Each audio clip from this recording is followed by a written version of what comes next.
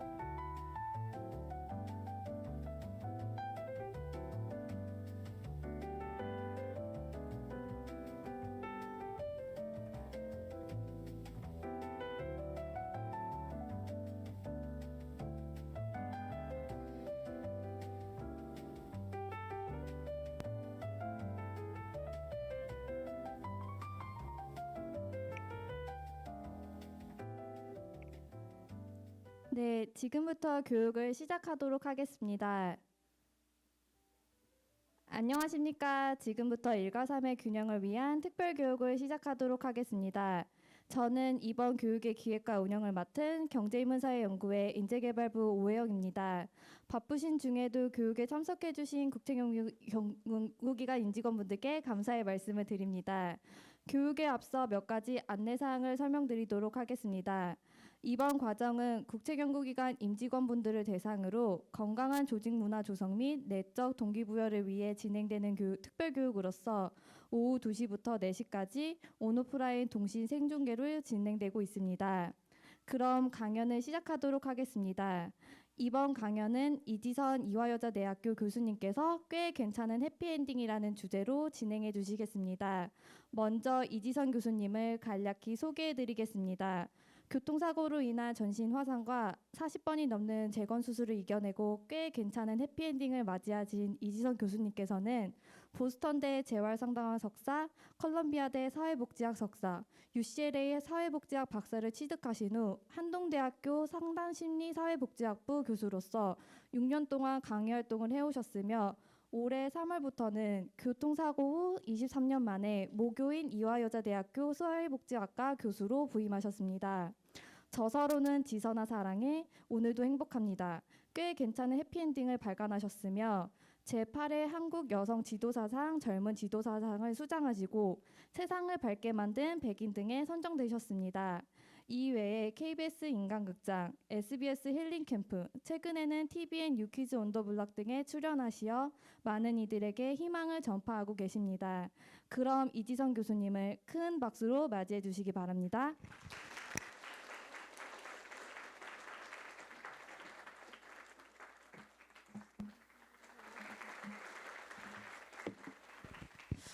네, 반갑습니다, 여러분. 사회자님이 아주 자세히 저에 대해서 설명을 해주셔서 어떻게 따로 제가 소개를 할 필요 없을 정도로 해주셨네요. 저는 이화여자대학교에서 사회복지 가르치는 일 하고 있고요. 네, 잘 들리시죠? 네, 이렇게 귀한 자리에 불러주셔서 오늘 이렇게 오게 되었습니다. 이제 학교는 학기를 맞춰가는 시기입니다. 그래서 너무 좋은 시기를 지금 제가 맞이하고 있고, 잠깐 앞에서 소개해 주셨지만 제가 23살에 떠났던 학교를 23년 만에 교수가 되어 돌아왔다. 이런 쩌는 라임 덕분에 학교를 처음 출근하던 그날에 뉴스 카메라도 와서 따라붙고, 사실 누구나에게 첫 출근길은 참 설레고 기분 좋은 일인데, 그게 저에게는 참 기분 좋은, 어느 때보다 기쁜 일이었는데, 많은 분들이 마치 내 동생이 내가 알던 언니가 또 내 조카가 또 그렇게 모교로 돌아간다는 마음으로 그렇게 기뻐해 주시고 관심 가져주셔서 어느 때보다 기분 좋은 한 학기를 보냈고요. 그렇지만 이 첫 학기가 또 끝난 것에 더없이 기뻐하면서 이제 어제 저도 기말고사 채점을 마치고 웬일로 굉장히 빨리 했습니다. 그래서 채점을 마치고 이제 곧 성적을 내야 하는 시기입니다. 굉장히 마음 편안하게 오늘 여러분들을 만나러 오게 되었고요. 여러분들과 편안한 대화하면서 또 저의 이야기와 제가 알게 된 것들을 나누면서 여러분의 삶 가운데도 오늘 의미 있는 것 한 가지 정도는 가져가실 수 있기를 바라는 마음입니다. 아까 소개해 주셨지만 2권의 책을 쓴 작가로 오랫동안 살았고요. 최근에 이제 유키즈에 출연한 화면이에요. 너무너무 나가고 싶었던 방송이었거든요. 이제 나오네 저제 나 연락이 오나 막 이렇게 혼자서 사계절 옷을 막 준비해 놓고 기다렸는데 드디어 연락이 와서 이렇게 너무 감사하게 윤우님도 만나고 그런 시간을 가졌습니다. 대부분 여러분들이 오늘 오시는 여기를 일하시다가 또 사실은 금요일 날 너무너무 귀한 시간에 이 자리에 오신 분들은 저에 대해서 약간의 정보는 가지고 오셨을 거란 생각이 드는데요. 저는 대학교 4학년 때 교통사고를 만나게 되었어요.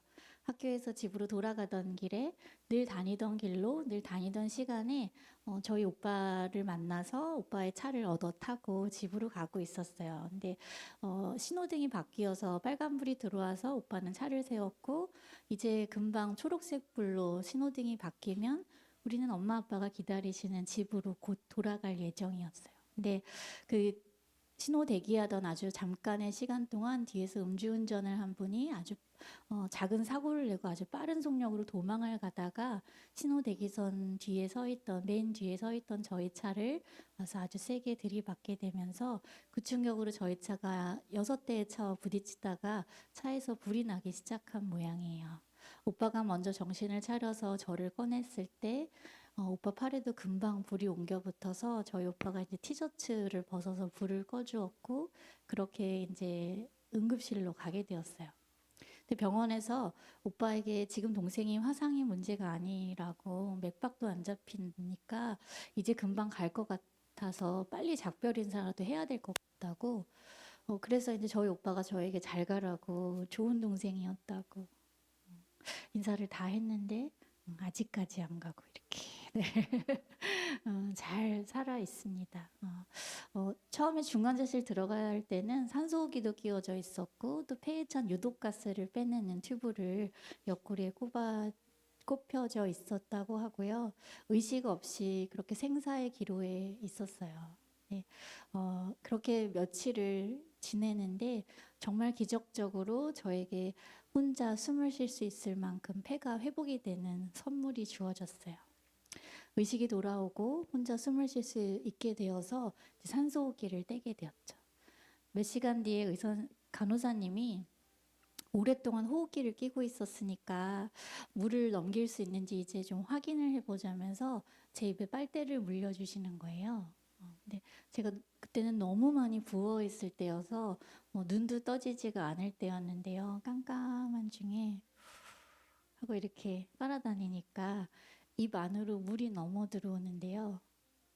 그 와중에 그 물이 너무 시원하고 맛있는 거예요. 꿀꺽꿀꺽 넘기고 싶을 만큼 너무 시원하고 맛있는 거예요. 살면서 그 미지근한 맹물이 이렇게 시원하고 맛있을 수 있다고 생각한 건 처음의 순간이었던 것 같아요.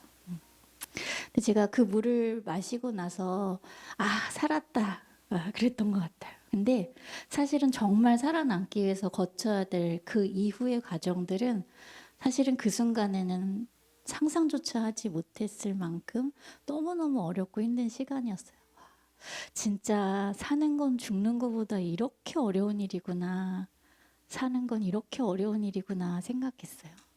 근데 제가 그 시간들을 지날 때마다 제가 처음 마셨던 그 물 한 모금을 기억했어요.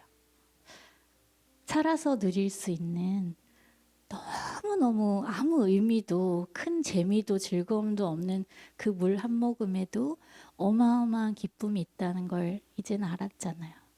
살아서 누릴 수 있는 좋은 것들, 사소하지만 어마어마한 기쁨이 있는 이 좋은 것들에 대해서 집중하면서 제가 그 시간들을 지나오게 되었어요.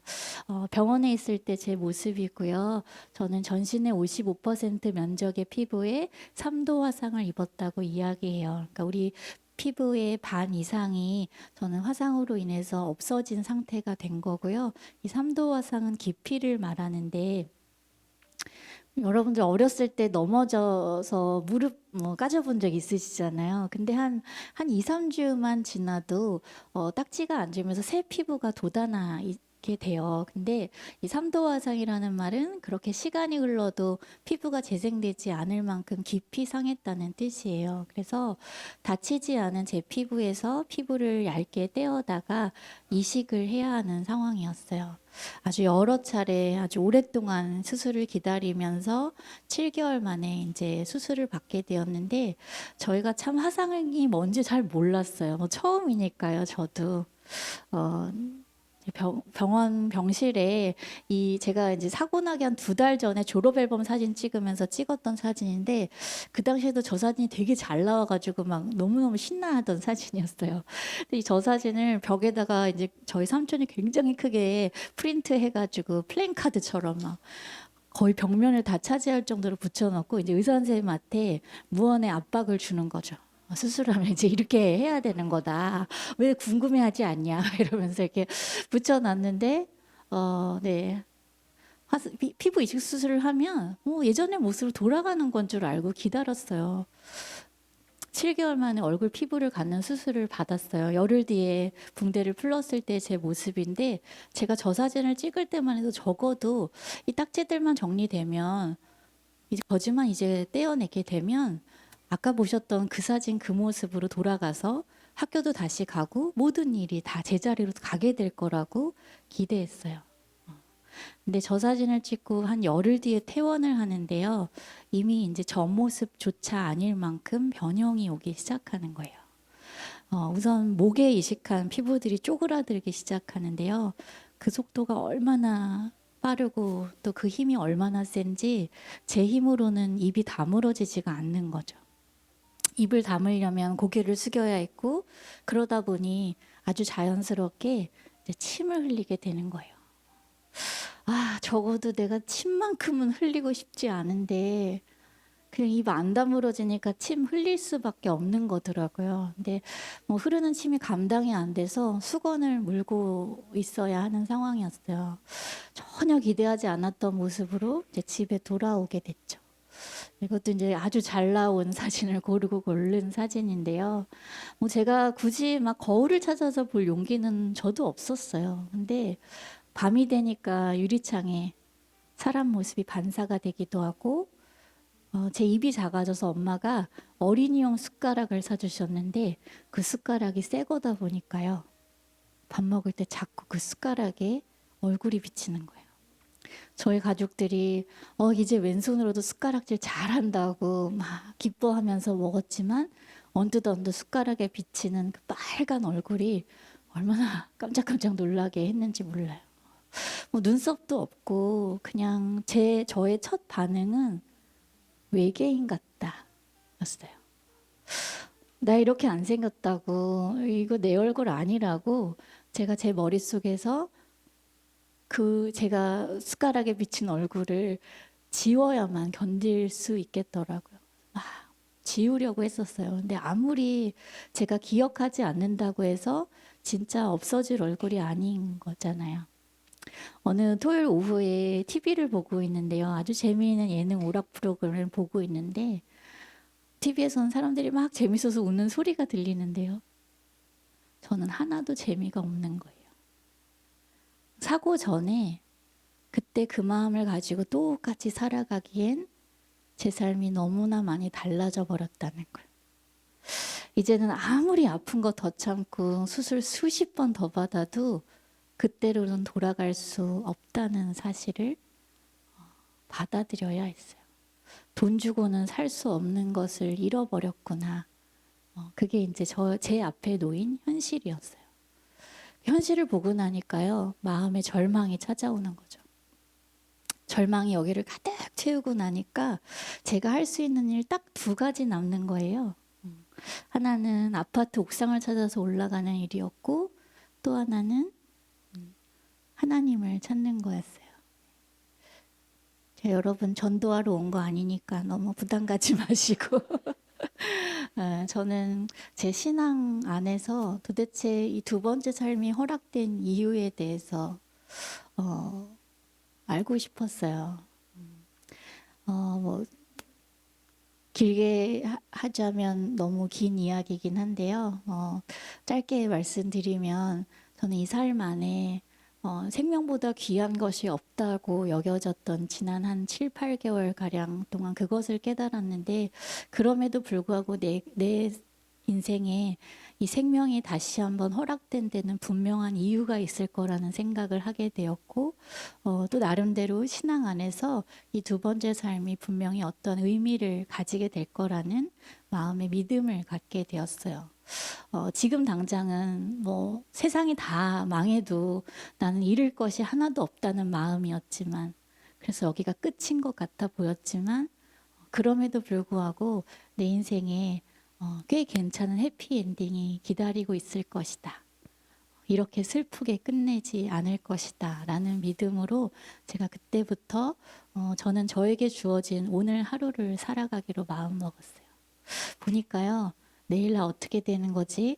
앞으로 나 어떻게 살아가는 거지? 그렇게 걱정하고 염려하는 것은 이미 네, 이건 인간의 영역이 아니라는 것을 이제 제가 이 일들을 겪으면서 깨닫게 되었고, 그러면서 그냥 정말 기적처럼 주어진 오늘 하루, 어, 제가 한 번은 수술실에서 이런 일이 있었어요.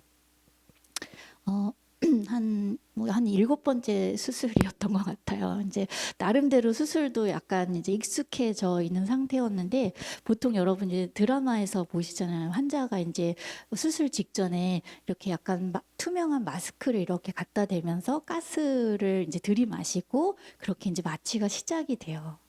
근데 대부분 이제 그렇게 하고 나서 아마 근육 이완제를 주사하나 봐요.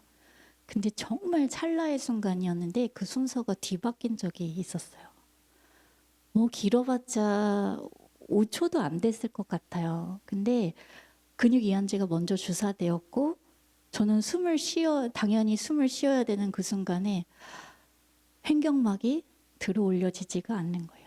머릿속으로는 숨을 쉬어야 된다고 계속 명령하는데 이게 들어 올려지지 않으니까 전혀 호흡이 되지 않는 거죠. 그래서 막 난리가 났어요. 그 수술실에 누가 주사 막 먼저 놨냐고 막 소리 지르는 소리를 들으면서 아 내가 그 고생을 하고 이렇게 어이없이 죽는구나 막 이제 그러면서 이제 기억이 없는데 다행히 잘 마취가 그 이후로 아주 순조롭게 잘 이루어지고 수술도 잘 받고 잘 나왔어요. 근데 그 순간이 때때로 이제 생각이 나는데요. 이제는 그게 그렇게 공포스럽게 기억되지 않는데요. 이 들숨과 날숨이 얼마나 기적적인 일로 이루어지는가. 아주 잠깐이었지만 공포와 함께 배우게 되었지만 이 하루 순간이 오늘 아침에 눈 뜨는 일이 우리가 어제 잘 살아서 오늘 주어진 거 아니잖아요. 그리고 매일 우리가 마치 내일이 당연히 있을 것처럼 생각하지만 그렇지 않다는 걸 알게 되었기 때문에 저는 그때부터 내게 주어진 오늘 하루 잘 살아내는 게 그게 나의 인생의 소명이다 생각하고 살았어요. 그래서 그때부터 나는 오늘살이, 하루살이가 아니라 매일 오늘을 살아내는 오늘살이로 그렇게 살아가기 시작했어요. 그러면서 글을 쓰기 시작했어요. 사실은 제가 뭐 그 당시에 뭐 살아가기로는 마음 먹었지만 뭐 어디 얼굴이 바뀐 것도 아니고요. 뭐가 막 엄청 나아진 것도 아니었어요. 마음의 태도는 바뀌었지만 여전히 늘 병원을 가야 했고 수술을 받아야 했어요. 친구들이 저를 두고 아마 제가 얼마나 슬플까. 24시간 막 울고 있는 거 아닐까? 막 그런 생각이 드는 거예요. 그런데 제가 또 가만 제 삶을, 저의 하루를 돌아보니 제가 또 그렇게 24시간 내내 슬퍼하고 있지는 않더라고요. 이 삶에도 희노애락이 있었어요. 제가 여러분과 다른 손을 갖고 살게 되었어요. 이게 말단부이다 보니까 손가락 끝이 불이 조금만 더 오래 머물러도 살리기가 어렵더라고요. 그래서 엄지손가락 2개를 제외한 8손가락을 한두 마디씩 정리할 수밖에 없었어요. 근데 이게 끝이 아닌데 끝이 되어버렸잖아요. 근데 처음에 그래서 이게 신경이 너무너무 이상한 거예요. 그래서 옷이 살짝 스치기만 해도 온몸에 세포가 덜덜 떨릴 정도로 아팠어요. 그때 생각은 난 아무것도 못하겠지. 이 손으로 이제 어느 것도 집을 수가 없으니까요.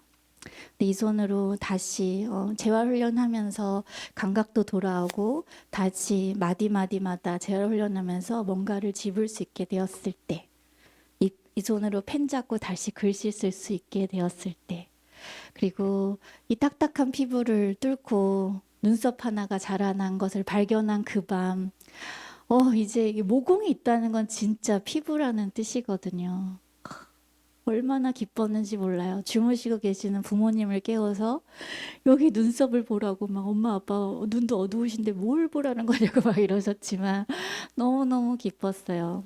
작은 입을 계속 크게 하는 수술하면서 어느 날 다시 제 입으로 햄버거를 먹을 수 있게 되었던 날 너무너무 기쁘고 감사했거든요.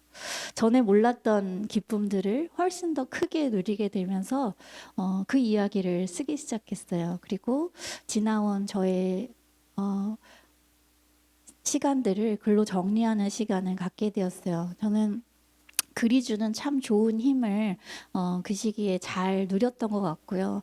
어쩌면 상담의 시간처럼 글쓰기를 통해서 참 많은 치유의 시간을 가지게 되었던 것 같아요. 제가 처음에 그렇게 이제 다시 살아가기로 마음 먹으면서 처음 거울을 보게 된 날이 있어요. 처음에 너무너무 어색한 거예요. 저희 엄마 화장대에 큰 이제 거의 전신 거울 같은 거울에 벽에 이쪽 반대쪽 벽에 이렇게 붙어 서서 보는데도 어, 너무 어색한 거예요. 처음 보는 얼굴이잖아요. 너무 어색해서 뭐라도 해야 될 것 같기도 하고 또 사람 처음 만나면 인사하라고 배웠으니까 저도 모르게 그때 그냥 인사했어요. 안녕 이지선. 쓱 지나가고 또 보면 또 뭐 엘리베이터 앞에서도 이렇게 계속 거울을 보게 되잖아요. 안녕.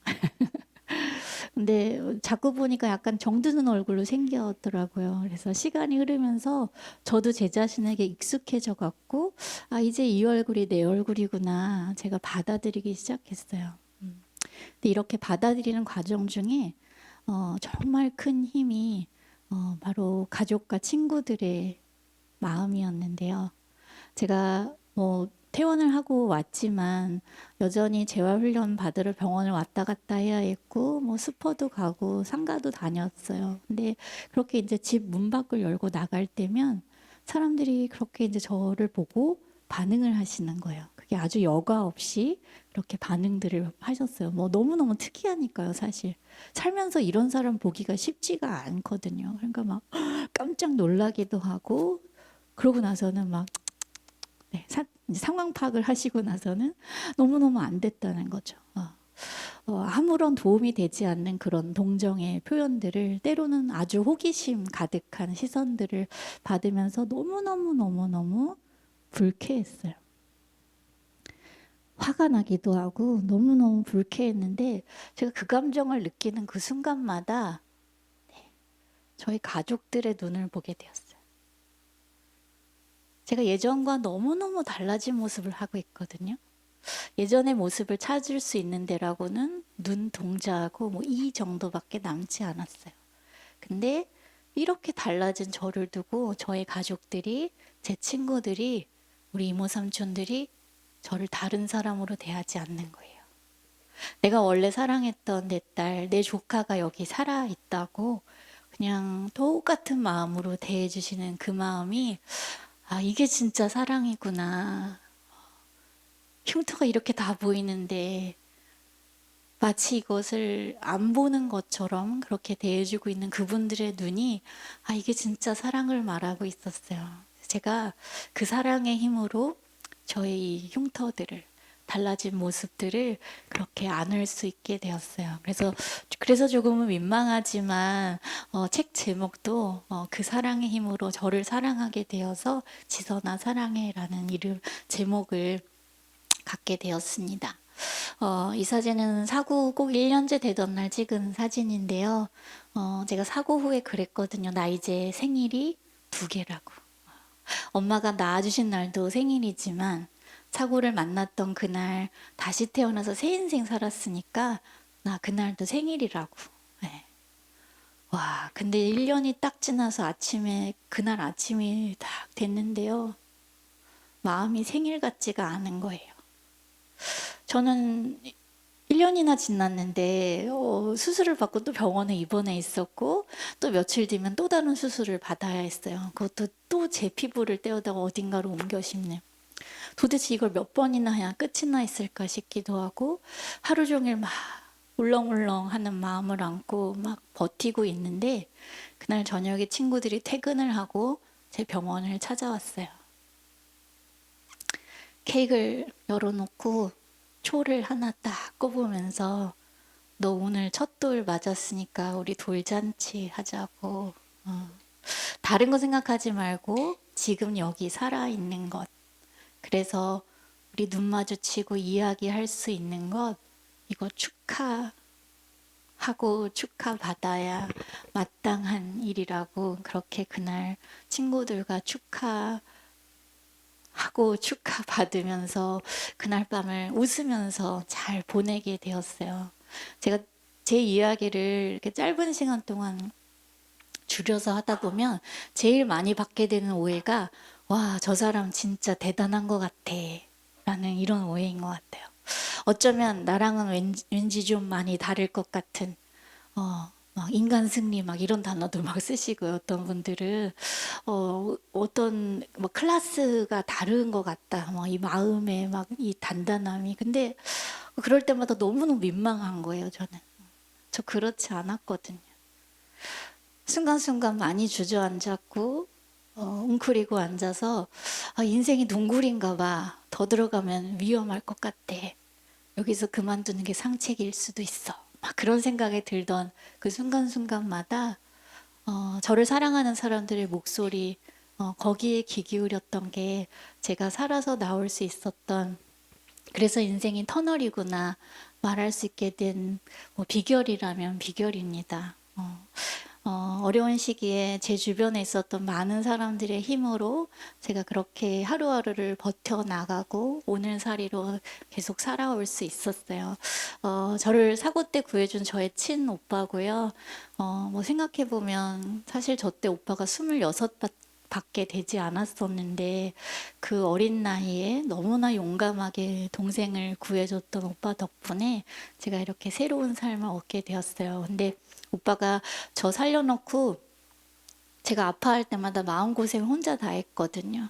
괜히 살려서 자기가 이렇게 아픈 시간을 보내게 했다고 안 그래도 되는데 맨날 이렇게 저한테 미안해하는 눈빛으로 그렇게 저를 봤었어요. 저 다 낫기 전까지는 자기 결혼 안 할 거라고 그랬는데 이제 애가 셋이고 막 이렇게 네, 너무 잘 살고 있어요. 너무너무 고마워요. 네, 저에게 참 고마운 사람이고요. 오빠 덕분에 제가 이렇게 잘 살고 있습니다. 네. 어, 일기처럼 쓰여졌던 글들이 한 2년쯤 이제 쓰기 시작해서 한 2년쯤 지나고 출판사에서 여러 군데서 어느 약속이나 한 듯이 비슷한 시기에 책을 내자고 막 연락이 오는 거예요. 그래서 책 낼 땐가? 그래서 그 중에서 한 출판사가 책을 출판하게 되었어요. 보시면 일본어로도 또 중국어로도 번역이 되었어요. 이제 세계적인 베스트셀러 작가가 되나 보다. 막 해리포터 잠깐 기다려. 막 이러고 있을 때였어요, 이때가. 근데 아쉽게도 아직 그런 일은 일어나지 않았는데요. 그래도 책 내고 정말 감사한 일들 많았어요. 인생의 고통이 화상의 고통만 있는 것은 아니잖아요. 때때로 친구들에게조차 가족들에게조차 꺼내놓을 수 없는 인생의 상처들이 또 흉터들이 남아있는 사람들에게 저 책이 전해졌고 그 책을 읽으신 분들이 저에게 편지를 보내오시는 거예요. 비바람이 내리치는 이 인생에 나 혼자 이 비를 다 맞고 있는 줄 알았는데 지선 씨가 이 비를 함께 맞아주고 있는 것 같아서 왠지 좀 위로가 되었다고. 그런데 이제 지선 씨가 우산을 펼치고 자기에게 같이 걸어가자고 말해주는 것 같아서 다시 살아보기로 마음 먹었다고. 그런 편지들을, 그런 다짐들을 적어서 저에게 편지로 보내오시는 거예요. 너무너무 감사하더라고요. 사실은 뭐 저 책에 담긴 이야기라고 엄밀히 따져보면 그냥 저 혼자 살아남으려고 애쓴 이야기거든요. 누구를 위해서 한 게 아니에요. 근데 참 신기하게도 이것이 누군가에게 다시 살아갈 용기를 전하는 그런 통로가 되었다는 것이 제가 그런 편지들을 받을 때마다 살아남기를 얼마나 잘했어. 이 인생이 얼마나 의미가 있어. 생명보다 귀한 건 없는데 그 생명에 다시 힘을 불어넣는 일을 하게 되었잖아. 그런 메시지가 들려오는 것 같아요. 너무너무 감사한 시간들을 제가 책을 통해서 보내게 되었습니다. 첫 번째 책에 쓴 글귀 중에 하나인데요. 사고 이후에 있는 이 과정들을 지나면서 사실은 세상에 이렇게 아픈 사람이 많다는 것도 몰랐고 아픈 사람이 되고 나면 이렇게 많은 것들을 잃어버리고 나면 이런 마음이 드는구나 하는 것도 처음 알게 되었어요. 겪어보지 않으면 모르는 마음들이 있더라고요. 제가 인생을 살다가 아주 크게 넘어지게 되죠. 저랑은 아무 상관없는 사람의 잘못된 선택으로 제가 피해를 입었어요. 얼마나 크게 넘어졌는지 제 힘으로는 혼자서 일어설 수가 없는 거죠. 근데 저를 향해서 가족들이, 친구들이, 교회가, 학교가 저와 함께 일어나자고 손을 내밀어 주셔서 제가 일어날 수 있었어요. 그리고 인생길을 다시 살아가게 되었는데 그 손을 잡고 일어설 때에 제게 또 다른 목소리가 들렸는데 그것은 너도 이렇게 내밀어주는 따뜻한 손이 되면 어떻겠니? 여기 좀 내밀어줄 손이 필요하다고 이야기하는 목소리가 되면 어떻겠니? 하는 목소리였어요. 제가 어떻게 하면 그 따뜻한 손을 나도 잘 내밀 수 있을까 고민하면서 사회복지 공부하게 되었고요. 그래서 공부 마치고 처음에 2017년도부터 한동대학교에서 사회복지 가르치는 일 하기 시작했고요. 뭐 여러분 하시는 어마어마한 연구들에 비해서 사실은 뭐 이게 교수 한 명이 하는 연구라는 건 어마어마한 연구는 아니지만 제가 지금 이 시기에 만나게 된 이웃들의 이야기들을 담는 그런 연구를 하고 있어요. 저처럼 화상을 경험한 사람들의 이야기, 또 한 4년 전부터는 부모님이 수감이 되어 있는 경우에 있는 우리 청소년들을 알게 되었어요. 그 청소년들이 어떤 어려움들을 겪고 있는지 우리가 그들을 어떻게 하면 건강한 어른으로 자랄 수 있도록 도와줄 수 있는지 그런 연구들을 하고 있습니다. 그리고 발달장애인들의 직업 재활에 관한 연구들을 하고 있고요. 네. 그 중에 제가 처음에 이제 한국으로 돌아와서 처음으로 하게 되었던 연구 하나를 소개하겠습니다. 어쩌면 여러분들에게도 굉장히 익숙한 그런 주제일 수도 있는데요. 그래도 모르신다 생각하고 제가 설명을 해보겠습니다.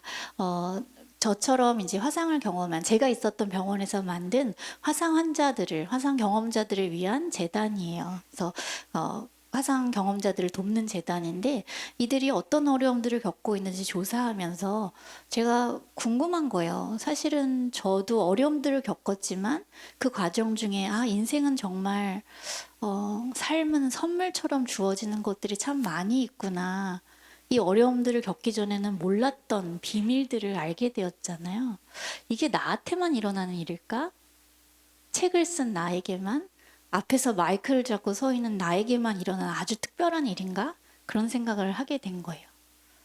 혹시 이 비슷한 시간들을 지나온 다른 사람에게도 비슷한 경험들을 하고 있지 않은가 해서 외상후 성장 척도를 포함하게 되었어요. 네. 결과가 밑에 나와 있죠. 네. 네. 오히려 가벼운 화상이 아니라 중화상인 경우일수록 그리고 화상 부위가 가려지는 곳이 아니라 얼굴이나 손에 있는 것처럼 그렇게 가려지지 않는 곳에 상처를 가지고 있는 사람들에게서 그리고 세 번째가 아주 중요한 변인 같아요. 제가 볼 땐. 가족관계가 이 일을 겪으면서 조금 더 좋아졌어요 라고 긍정적으로 응답하신 분들에게서 이 외상후 성장이 훨씬 더 많이 일어난다는 것을 발견하게 되었어요. 앞에서 마이크 잡는 저에게만 일어나는 일이 아니라는 거죠. 외상후 성장이라고 하는 것은 외상이 트라우마를 겪은 이후에 회복 과정 중에 경험하는 긍정적인 변화를 이야기하는데 이게 그저 이 일을 겪기 전의 수준으로 가는 것이 아니라요. 회복의 수준이 아니라 그때보다 훨씬 더 넘어서는 마음의 크기도 커지고요. 어쩌면 키가 자라는 것처럼 성장하는 듯한 그런 변화를 겪게 된다는 거예요. 이 외상이라는 건 트라우마라고 하는 건 우리 마음의 우리 마음을 둘러싼 우리 보호막이 있는데 그 보호막이 찢어져 버리는 어떤 사건을 이야기합니다. 세계의 76%가 살면서 한 번쯤은 이 트라우마를 경험한다고 해요. 어느 날 갑자기 예고 없이 찾아온 사랑하는 사람과의 이별이기도 하고 그 사람이 돌아가시는 일을 경험하기도 하면서 우리 마음의 보호막이 준비되지 않은 보호막이 찢어져 버린 일이 발생을 하는 거죠. 우리 모두 다 건강하게 살고 싶어요. 그렇죠? 그래서 운동도 하고 몸에 좋다는 것 먹으면서 맛도 없는데 막 샐러드 먹으면서 그렇게 살았어요. 그런데 어느 날 갑자기 의사 앞에서 예기치 않은 병을 진단받기도 하는 게 우리 인생이라는 거죠. 저처럼 집으로 돌아오던 길에 예기치 않은 사고를 만나기도 하고요. 정말 안전하다고 여겼던 가정이나 학교에서 폭행 사건에 휘말리기도 합니다. 때로는 자연재해가 또 어마어마한 트라우마를 남기기도 하죠. 제가 7년 전에 포항에서 큰 지진이 있었잖아요. 제가 그때 포항에 있었거든요. 19층 아파트에서 그 지진을 경험했는데요. 와, 이게 뭐 길어야 10초도 안 됐을 것 같아요. 우르릉 쾅쾅 하면서 온 땅이 흔들리는데요. 내가 의지할 만한 모든 것들이 흔들리고 있다는 게 이게 어마어마한 공포를 남겼어요. 손을 벌벌 떨면서 그 19층 아파트를 걸어서 내려와서 결국은 이제 포항을 떠나서 서울 집에 왔는데요. 그 이후에 그래도 나는 이제 안전한 곳에 왔다고 여겨졌는데도 불구하고 그때부터 어떤 이제 스트레스 반응들이 나타나는 거예요.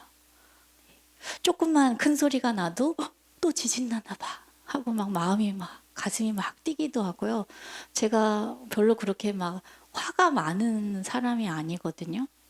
근데 별것 아무 이유 화날 이유 지금 생각하면 화날 이유가 하나도 없는 엄마의 말 한마디에 화가 진짜 뚜껑이 열린다는 게 뭔지 그날 경험했어요. 막 부들부들 떨면서 막 막 이랬던 그게 바로 이제 스트레스 반응들이죠. 네. 내 마음의 보호막이 찢어져 버려서 내가 예기치 않은 어떤 반응들을 전에 안 했던 반응들을 보이는 거예요. 갑자기 그날의 기억이 떠오르기도 하고 그게 악몽이 되기도 하고 그것이 실제 수면 장애로 이어지게 되기도 합니다. 그럼 이제 생활이 막 달라지게 되는 거죠. 과민하게 경계하고 불안해하면서 때로는 마치 그 일이 일어나지 않았던 것처럼 우리 마음을 마비시키기도 하고요. 이 일이 왜 일어났나 막 따지면서 누군가를 비난하고 그것이 공격적인 행동으로 나타나기도 하죠. 그리고 잃어버린 것들을 두고 슬퍼하고 애도하면서 실제 아주 깊은 우울에 빠지기도 합니다. 그게 또 신체적으로 어떤 반응들로 어떤 건강 상태의 문제로 나타나기도 해요. 근데 이 스트레스 반응은 아주 자연스러운 것입니다. 네. 제가 막 엄마한테 부들부들 화가 났던 것도 네, 자연스러운 것이었어요. 그때는 이해할 수 없었지만 이제는 내가 그때 스트레스를 받아서 그랬구나 라는 생각을 하게 돼요. 근데 제가 오늘 여러분과 하고 싶은 이야기는 네, 마치 동전의 양면처럼 스트레스가 가져다 주었던 아주 나쁜 반응들 그 뒤에 찾아올 수 있는 아주 좋은 것들, 외상후 성장에 관한 이야기를 하려고 해요. 빅터 프랭클 박사님 혹시 아시죠? 네, 죽음의 수용소에서라는 아주 유명한 책을 쓰셨는데 로고테라피의 창시자이기도 하고 아우슈비츠 수용소의 생존자이기도 합니다. 이분은 그곳에서 아들도 아내도 잃었어요. 이분이 수용소에서 경험한 그 고통들을 우리가 무슨 말로 표현할 수 있겠어요? 근데 그분이 그러시는 거예요. 불행에는 본질적으로 좋은 것은 없다고. 네, 맞아요. 아무리 거기서 좋은 것을 이끌어낸다 할지라도 불행이 좋은 것이 될 수는 없어. 어떻게 사랑하는 사람을 잃은 게 좋은 것이 될 수가 있겠어요. 그런데 이미 일어난 일, 그 이후에 그 시간을 되돌릴 수 없지만 그것 자체가 다른 것이 될 수는 없지만 그 안에서 좋은 것을 이끌어내는 것은 가능하다 이야기하시더라고요. 인생에 비바람이 불어요. 그쵸? 안 왔으면 좋겠는데 때때로 그런 비바람이 붑니다. 누군가의 잘못된 선택, 때로는 아주 나와 가까운 사람의 실수, 혹은 또 나의 선택으로 인해서 우리 인생에 어떤 바람들이 불어와요. 넘어지고 싶지 않아서 바람이 불어오는 방향으로 막 저항하고 이겨내려고 애쓰죠. 때로는 그 바람이 너무 세서 한 번은 휘청했다가 다시 제자리로 돌아오는 회복을 경험하기도 하는데요. 때때로 어마어마한 트라우마들은 이전의 모습과는 전혀 다른 나의 삶을 만들어내기도 한다는 거예요. 이전과는 전혀 다른 관계 속에 놓여지기도 하고 내가 뭐 경제 상태가 달라질 수도 있고요. 몸의 건강 상태가 달라지기도 하고 관계가 달라지기도 합니다. 저처럼 모습이 완전히 달라져 버리기도 하고요. 근데 이런 상처받고 힘들어하는 이 시간들을 되돌릴 수 없는 변화들을 겪고 난 사람들에게 아주 불편한 진실을 마주하게 되는 거죠. 바로 그것은 삶은 얼마나 예측 불가능한 것인가. 모르지 않는 사실이지만 우리가 살면서 대부분 잊고 살아가는 것. 삶은 예측 불가능한 것이며 그 삶이란 인생이라는 그 앞에 우리 인간은 얼마나 상처받기 쉬운 약한 존재인가. 통제할 수 없는 이 상황 속에서 우리가 얼마나 약한 존재인가. 너무 뼈아픈 진실을 마주하게 되는데요. 이 뼈아픈 진실 속에 누군가는 삶의 지혜를 얻어가게 된다는 거예요. 아이스킬로스라는 시인이 이렇게 이야기합니다. 꿈속에서조차 잊을 수 없는 고통이 방울방울 심장 위로 떨어진다. 우리의 의지와는 반대로 절망 속에서도 신의 은총으로 지혜가 피어난다. 저는 이 시인이 이야기한 절망 속에서도 피어난 이 지혜, 이것이 바로 외상 후 성장에 가져다주는 좋은 것들이라고 말할 수 있을 것 같아요. 개인적인 변화들이 일어나죠. 내가 너무나 연약한 존재임을 깨닫는 동시에 그 시간들을 잘 지나온 나는 이전보다 더 많은 것을 할 수 있게 된 사람, 더 강하고 또 어쩌면 자기 효능감을 더 높게 인식하기도 한다는 거죠. 관계의 변화들이 일어나요. 이 삶이 결코 당연하게 주어진 것이 아니기 때문에 일상 속에서 만나는 사람들의 관계 속에서 느끼는 기쁨들이 훨씬 커지는 거죠.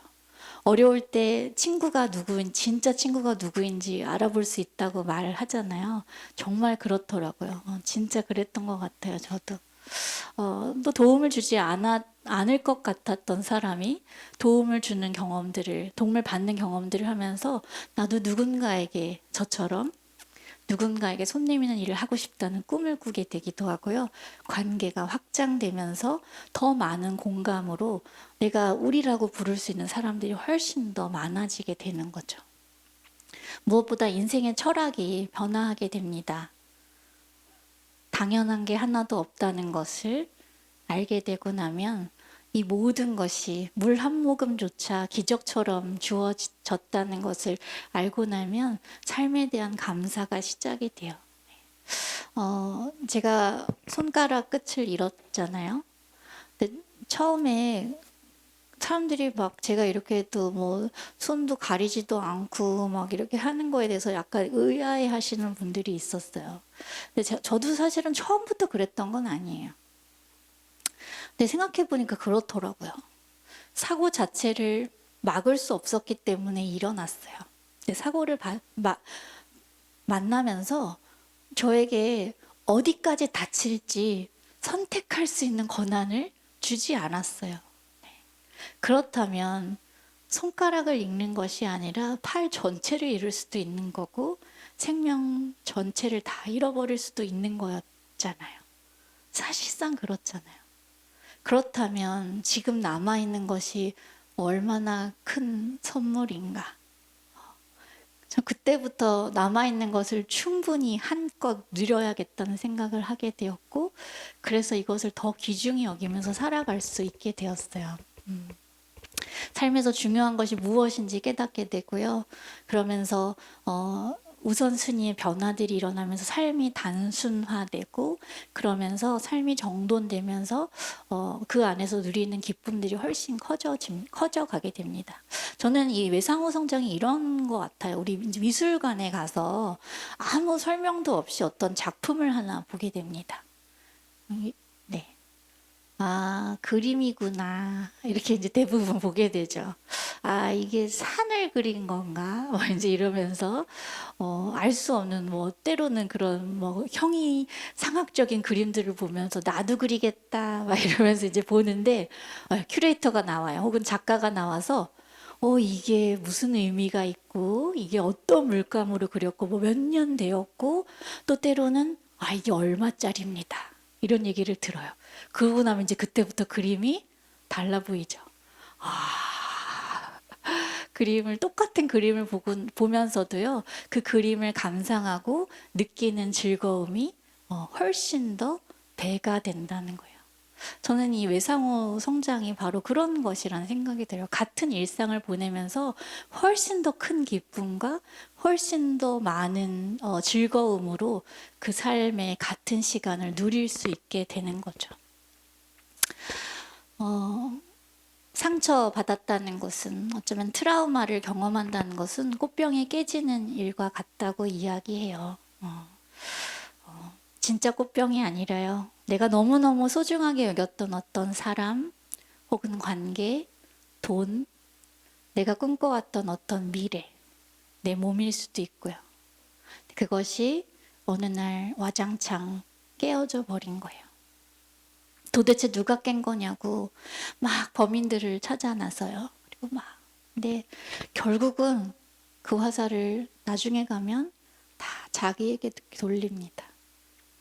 그게 인간 심리의 어떤 대부분에게 일어나는 반응인 것 같아요. 그게 오히려 나를 비난하는 게 어쩌면 한편으로 통제감을 누릴 수 있기 때문에 우리가 결국은 막 자기에게 그 화살을 돌려서 처음부터 그런 꽃병은 가져서는 안 됐어.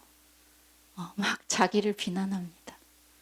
근데 여러분, 깨어진 조각들을 두고 되돌릴 수 없다는 현실을 앞에서 충분히 슬퍼하고 또 누군가를 비난하기도 하다가 나를 비난하기도 하다가 그 끝에 그냥 그렇게 끝나는 것이 아니라 이 깨어진 조각들을 두고 이제 다른 생각을 품으시기를 제가 오늘 여러분에게 권하고 싶은 거예요. 누군가는 그 깨어진 조각들로 새로운 작품들을 만들기도 한다는 거예요. 이전과 같은 모양은 될 수 없지만 내가 생각하지도 못했던 꽤 괜찮은 해피엔딩과 같은 또 다른 인생의 작품들을 만들어갈 수 있다는 사실.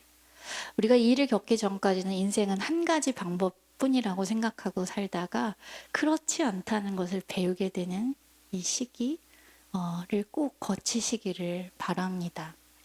이렇게 외상후 성장, 새로운 작품을 만들기로 마음먹은 사람들에게 학자들은 이렇게 권하고 있어요.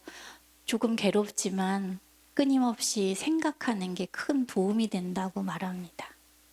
생각하는 것이 아프지만 준비가 된 만큼 나를 괴롭혔던 그 순간에 대해서 조금 더 객관적으로 생각할 수 있게 되기를, 그것이 훨씬 더 도움이 된다고 말해요. 끊임없이 생각하다 보면 처음에는 잘 보이지 않았던 것들이 보이게 되고 그 사건이 주는 의미를 재해석할 수 있게 된다는 거죠.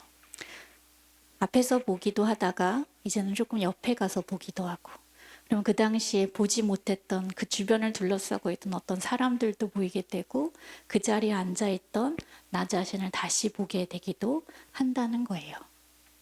그리고 열심히 감정을 정확하게 표현해낼 것을 이야기합니다. 그 911 테러 사건 이후에 3년 뒤에 추적 조사를 하는데요. 생존자들 중에 빠른 회복을 보이는 사람들의 특징을 찾아보니까 그것이 바로 이 감정의 노출을 잘 하는 사람들이라는 거예요. 어떤 방식으로든 내가 느꼈던 감정에 대해서 올바르게 잘 표현해내는 것.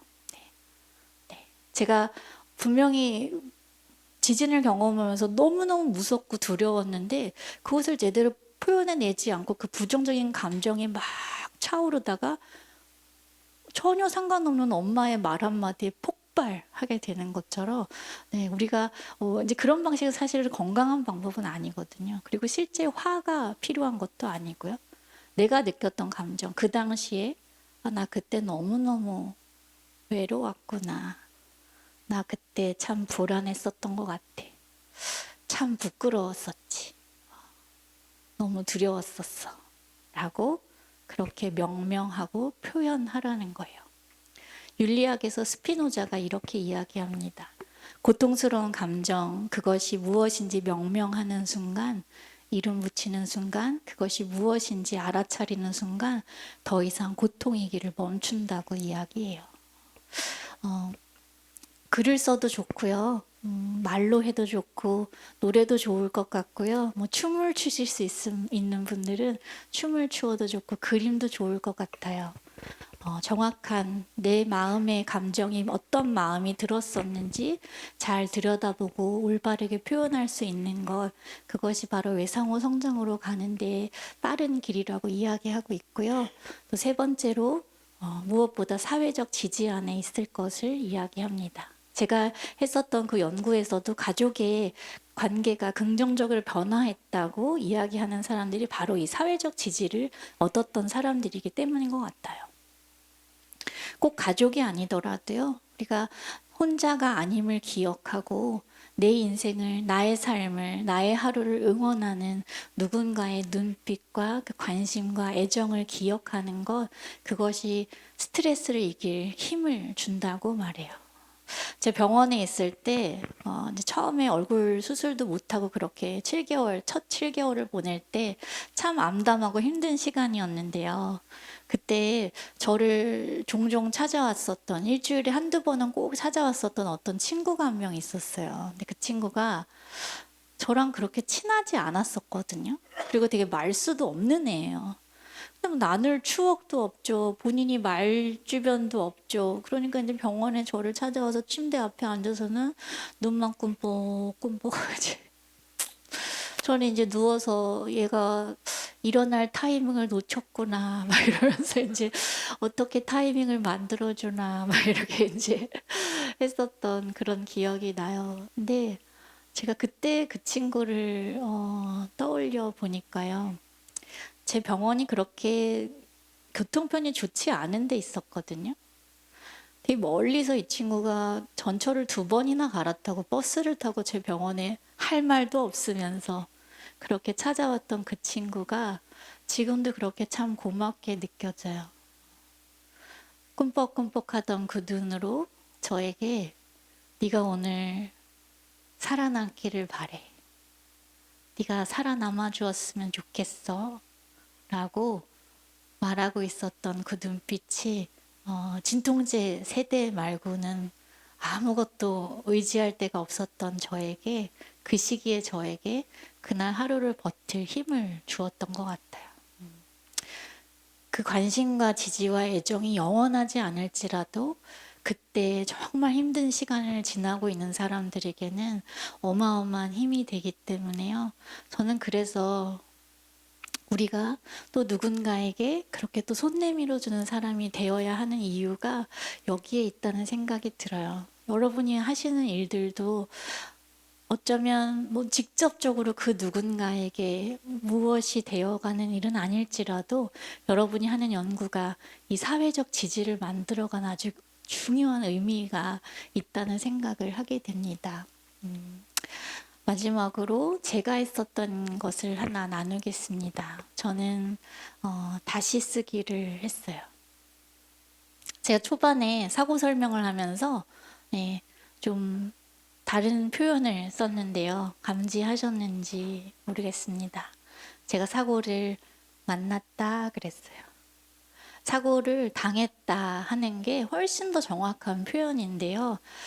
사고 후 한 2년쯤 지나서부터는 뭐 아주 자연스럽게 우리가 뭐 사고 당한 지 몇 년 됐고요. 뭐 사고 당한 이후에 뭐 이런 설명을 할 때마다 이 당했다는 표현이 좀 적절하지 않다는 생각이 들기 시작하는 거예요. 왜냐하면 사고를 당했다라고 말할 때마다 제가 제 자신을 스스로를 저는 음주운전 교통사고의 피해자입니다. 라고 저를 정의하고 있는 것 같은 거예요. 피해를 입은 것은 사실이지만 피해만 입은 것은 아니었거든요. 그 나쁜 일을 지나오면서 저는 또 좋은 것들을 발견하기도 했거든요. 그래서 적어도 나 자신을 내가 나를 피해자라고 부르지는 말자. 이런 마음. 또 돌아보니 피해자로만 살고 있지 않기 때문에 제가 말의 표현을 바꾸기 시작했어요. 사고를 만났다고. 참 신기하게도 사고를 만났다라고 표현한 그 시간부터 제가 이 사고와 헤어지기 시작한 것 같아요. 더 이상 과거의 그 나쁜 일이 오늘의 저를 괴롭히지 않는 삶을 살아올 수 있게 되었어요. 제가 쓴 글인데요. 좀 읽어볼까요? 네, 나는 그날 이후의 시간을 살았다. 살아남기 위해 고통을 견디었고 조금 더 쓰기 편한 몸을 갖기 위해 수십 차례 피부 이식 수술을 받았다. 아무것도 보이지 않았지만 꿈을 꾸었고 그 꿈을 이루기 위해 노력했고 또 그 시간을 같이 버텨준 사람들을 사랑했고 사랑받으며 살았다.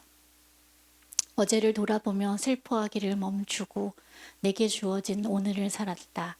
시간이 흐른 뒤 되돌아보니 나는 더 이상 나쁜 일이 일어난 그 자리, 그 시간에 머물러 있지 않았다. 나는 사고와 그렇게 헤어졌다. 라고 저를 다시 쓰기 할 수 있었어요. 인생을 살면서 나쁜 일을 만날지라도 그것이 나를 정의하도록 그렇게 내버려 두지 말고 우리에게 일어난 일들을 다시 정의하고 다시 쓸 수 있었으면 좋겠어요. 그럴 때 결국 그 깨어진 조각들이 새로운 작품이 되어갈 수 있는 그 출발점이 될 수 있다는 생각을 제가 지나온 시간들을 돌아보며 그렇게 배우게 되었습니다. 그래서 사고와 잘 헤어진 사람으로 제가 저를 정의하게 되었고요.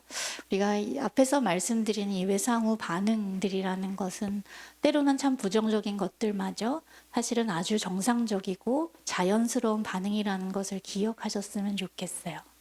그리고 그 속도와 정도는 사람마다 다 다르기 때문에요. 여러분, 누군가에게 너 이만하면 그만 슬퍼할 때 되지 않았어? 그러지 않으셨으면 좋겠어요.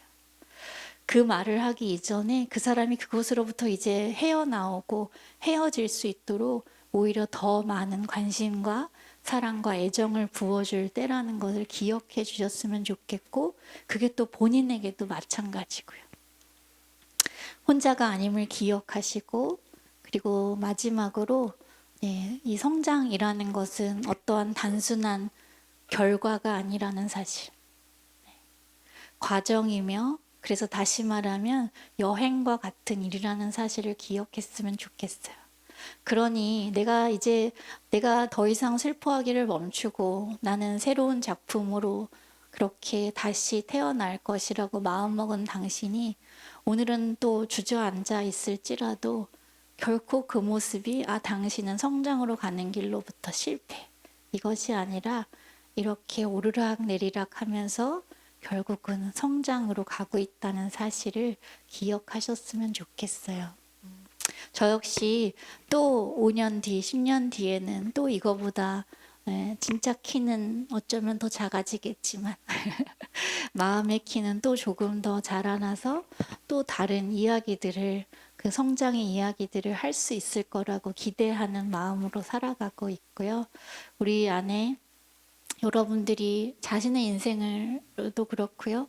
혹은 내 주변에 가까운 가족들에게도 그렇고, 그렇게 끝이 아니라 여행과 같은 이 성장으로 가는 여행을 시작하는 사람임을 스스로에게 또 상처 입은 주변의 사람들에게 그렇게 말해 주실 수 있으면 좋을 것 같습니다.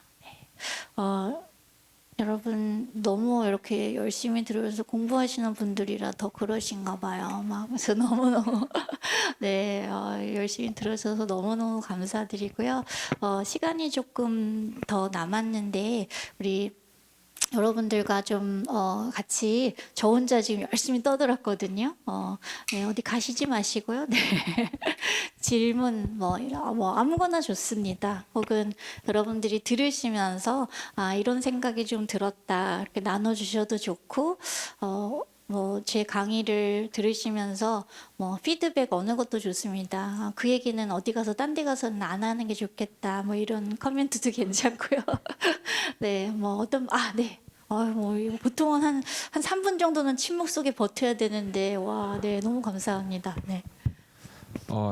안녕하세요 교수님. 저 영상이랑 책으로 많이 네. 뵀는데 오늘 처음 뵈가지고 되게 연예인 뵈는 것 같고 되게 확실히 강연 들으니까 훨씬 되게 잘 전달이 돼서 너무 감사합니다. 개인적으로 좀 궁금한 거는 네. 그 개인적인 어떤 사건을 겪으셨잖아요. 네. 근데 그거를 그 상담 심리 그리고 사회복지로 이제 커리어로 전환을 하면서 어떻게 동력으로까지 삼으셨는데 네. 그 과정이 좀 더 궁금했어요. 네. 사실 우리가 일반인들은 자기가 개인적으로 겪은 거를 커리어에 반영하기 되게 힘들잖아요. 그리고 연구하는 사람들 입장에서는 자기 삶하고 좀 상관없는 걸 연구하기도 하고, 그래서 그걸 어떻게 좀 약간 일치화 시키셨는지 좀 그게 좀 궁금합니다. 네. 되게 좋은 질문이네요. 저의 삶을 또 한번 돌아보게 하는 굉장히 좋은 질문인 것 같습니다. 동력으로 삼았다는 말이 또 되게 멋있는 것 같고요. 어디 가서 써먹어야겠다는 생각이 좀 듭니다. 네. 네, 제가 이제 병원에 있으면서 그냥 이제 처음으로 세상에 이렇게 아픈 사람들이 많다는 걸 이제 눈으로 보게 된 거죠. 실제로 제가 그 사고 한 몇 달 전에 그것이 알고 싶다 해서 화상 환자들의 어려움을 다룬 프로그램을 제가 봤었다네요. 저는 사실 기억을 못 하는데, 근데 그때 이제 약간 이제 주인공처럼 다루어진 어떤 그 당시 고등학생 이제 아이가 있었는데, 제가 보면서 저러고 어떻게 살겠냐고 막 이제 굉장히 슬퍼하면서 봤는데, 제가 몇 달 뒤에 이제 그 친구를 병원에서 물리치료실에서 만나게 됩니다. 근데 제가 그 친구보다 훨씬 많이 다쳤더라고요. 네, 그러면서 제 상황을 좀 돌아보기도 했고, 그러면서 제 주변에 이제 어쩌면 아까 잠깐 얘기했지만 우리라고 말할 수 있는 사람들이 전혀 다른 사람들이 생기게 된 거죠. 사회의 주변부로 떨어져 있는, 아무리 소리쳐도 목소리를 들어주지 않는 사람들이 세상에 이렇게 많구나를 알게 되었고, 근데 저는 어쩌면 그 가운데서도 굉장히 어떻게 표현하면 운이 좋다고 말할까요? 저는 나이가 이미 성인이었고 저희 부모님들도 이제 50대 초반이니까 여전히 건강하셨고, 그 주변에 있는 친구들도 다 이제는 아이들 키울 만큼 키우고 시간도 있고 경제적인 여유도 좀 생길 때잖아요. 그러다 보니 제 주변으로 막 둘러싼 여러 개의 울타리들이 저를 지원해 줄 수 있도록 그렇게 힘을 모아줬던 것 같아요. 근데 보니까 아이일 때 다치는 경우는 또 다른 이야기고요. 내가 실제 돈을 벌어야 하는 가장이 다치는 경우는 그건 또 다른 이야기인 거예요. 그래서 그런 상황들을 옆에서 보면서 나는 운이 좋아. 사실 이렇게 끝나지 않았고, 내가 반 이 시기에 나 이거 없었으면 정말 못 견뎠을 것 같은데 라고 생각하는 것들이 실제 없는 사람들의 그 상황들을 보면서 이거 누가 좀 해야 될 것 같은데 이런 마음이 좀 생겼던 것 같아요. 그래서 그냥 아주 막연하게 병원에 있으면서 내가 여기서 살아서 나갈 수 있다면 이 공부를 좀 해보면 좋겠다. 그때는 아주 굉장히 막연했어요. 이런 돕는 일들을 해야 된다고 좀 말해야겠다. 이런 생각을 이제 아주 막연하게 품게 되었고, 그게 이제 그런 것들이 이제 처음에는 재활 상담도 공부했다가 사회복지를 공부하고, 그 안에서도 막 노인복지도 했다가 이렇게 막 엄청 왔다 갔다 했어요. 네, 그러고 나서 이제 장애인 복지를 하게 됐고, 또 지금도 또 이렇게 수감자 자녀들 이제 인권에 대해서 또 같이 이야기하게 되고요. 그냥 저는 만남 자체가 좀 동력이 되었던 것 같아요. 그게 의도한 만남이든 우연한 만남이든 그 만남 속에 사람들이 늘 있었고, 그 사람들의 이야기에 공감하게 되면서 그게 이제 저의 연구에 관심들이 생겼던 것 같은데, 사실 저도 주변에 연구하시는 분들 많이 계시는데 꼭 여러분들이 원하시는 연구를 늘 하시게 되는 것은 아니시잖아요, 그렇죠? 네. 근데 이제 또